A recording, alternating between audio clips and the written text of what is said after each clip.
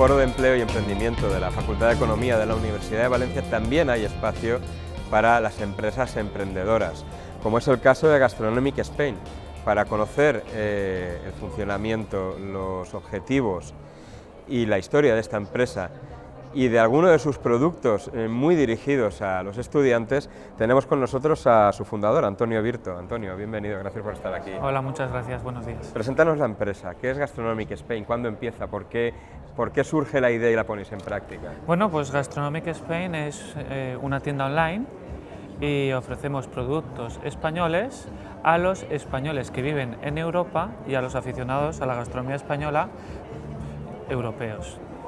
Gastronomic Spain surge básicamente porque, al igual que muchas personas, yo he estado viviendo en el extranjero y he tenido la necesidad de adquirir productos españoles que no encontraba en ningún lado.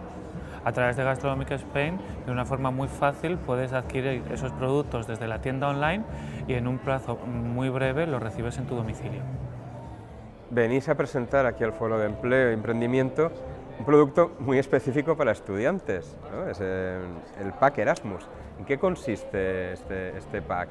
¿Y cómo llegáis a la conclusión de que los Erasmus pueden ser un público objetivo interesante para Gastronomic Spain?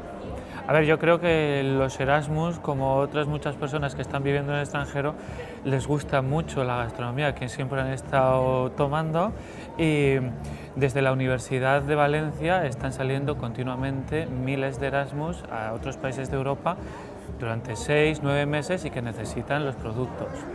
Muchos de ellos saben cocinar, quieren seguir con sus productos, y otra gente que no sabe cocinar pero quiere seguir consumiendo los productos típicos tanto de Valencia como han estado comiendo toda la vida. ¿Y desde cuándo tenéis en marcha este pack o estáis ofreciendo este pack?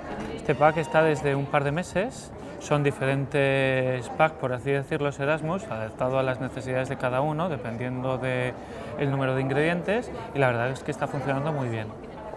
Muy bien, os están preguntando los estudiantes, tanto por este como por la empresa, ¿no? Porque imagino que además de este pack Erasmus, habrá estudiantes de economía que también se interesen por vuestro modelo de empresa, que es un modelo de empresa que no es demasiado habitual, trabajar desde un sitio para tener el público objetivo, aunque sea nacional, tenerlo repartido por el mundo.